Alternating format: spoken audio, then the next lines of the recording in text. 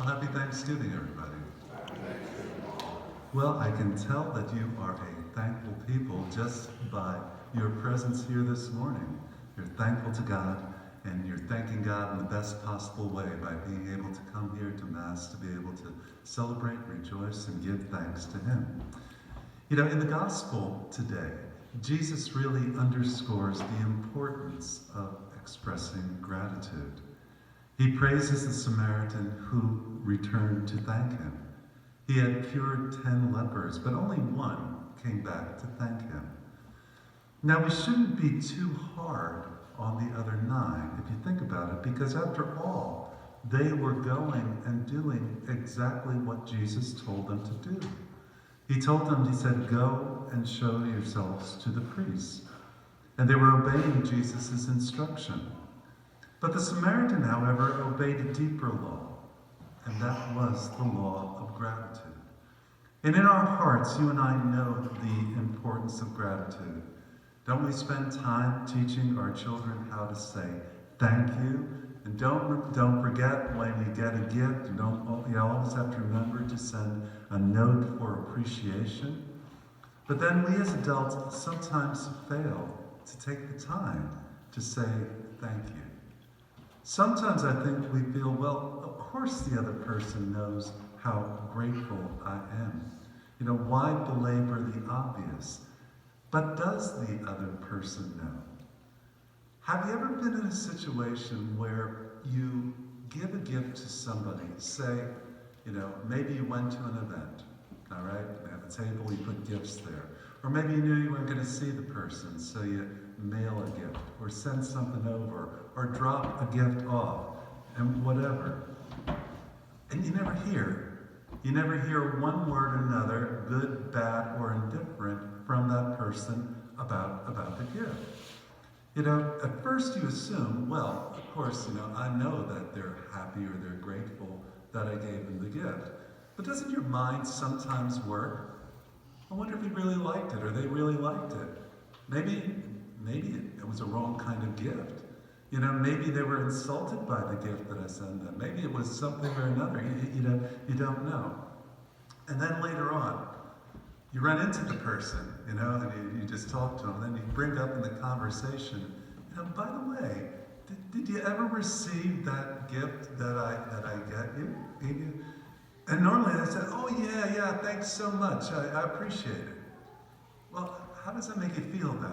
Well, at first it might make you feel pretty good that they appreciate it. Then you think, all this time you're kind of like inside churning and consternating.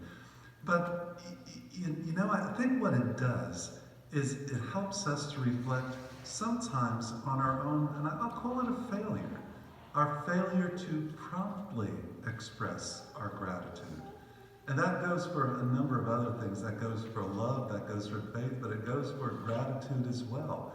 When somebody does something nice for you, don't assume they appreciate it. Tell them.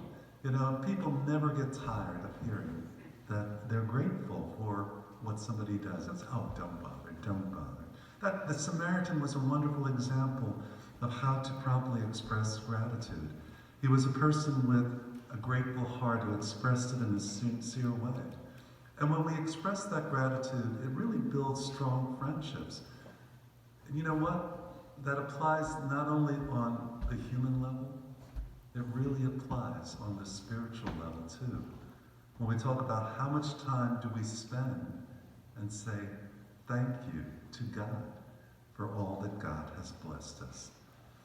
You know, the power of gratitude, I think, can be seen by contrast.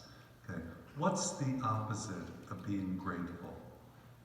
Complaining, all right?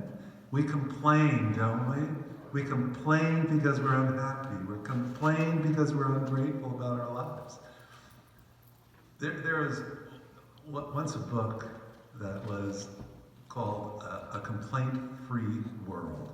You know, this is like this, all these how-to books. You know, you build yourself up, make yourself a better person.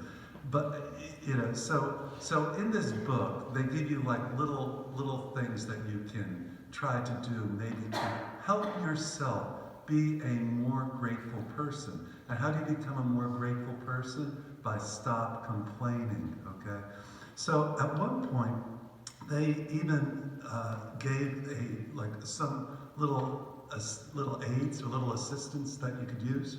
So you know those, I don't see them too much anymore. You know those rubber bands that people would wear around, and the thick ones that would say something, you know, usually for a cause or something like that. So you're supposed to wear one of these bands, okay? And so when you find yourself, and more often when a person who's with you and knows you're wearing the band, hears you complaining about something, they go, and then you're supposed to take the band from this hand and put it on this hand. Okay, so every time you hear yourself complain, you're supposed to take it from one hand to the other. So, you know, it never did the thought cross my mind to give them out as gifts to everybody in the parish someday. But think about it. You know, think about the consequences. Think about, like, all of our complaining. Think about the consequences. Most of our complaining and criticizing does what? It does little good. But you know what one word of gratitude could do? It could make somebody's day. And you know, one word of gratitude could even change somebody's life. And so today we celebrate Thanksgiving, and it is a beautiful day. And Jesus shows us the importance of giving thanks. So by expressing gratitude, we overcome sadness, we cement our relationships with each other, and we cement our relationships with God. Okay, so Joe's up there right now, in the choir loft. He texted me the other day this little poem. They said, you might want to use this.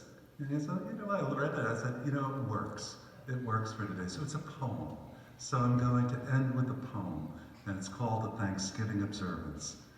It goes, count your blessings instead of your crosses. Count your gains instead of your losses. Count your joys instead of your woes. Count your friends instead of your foes. Count your smiles instead of your fears. Count your courage instead of your fears. Count your full years instead of your lean. Count your kind deeds instead of your mean. Count your health instead of your wealth. And count on God instead of yourself.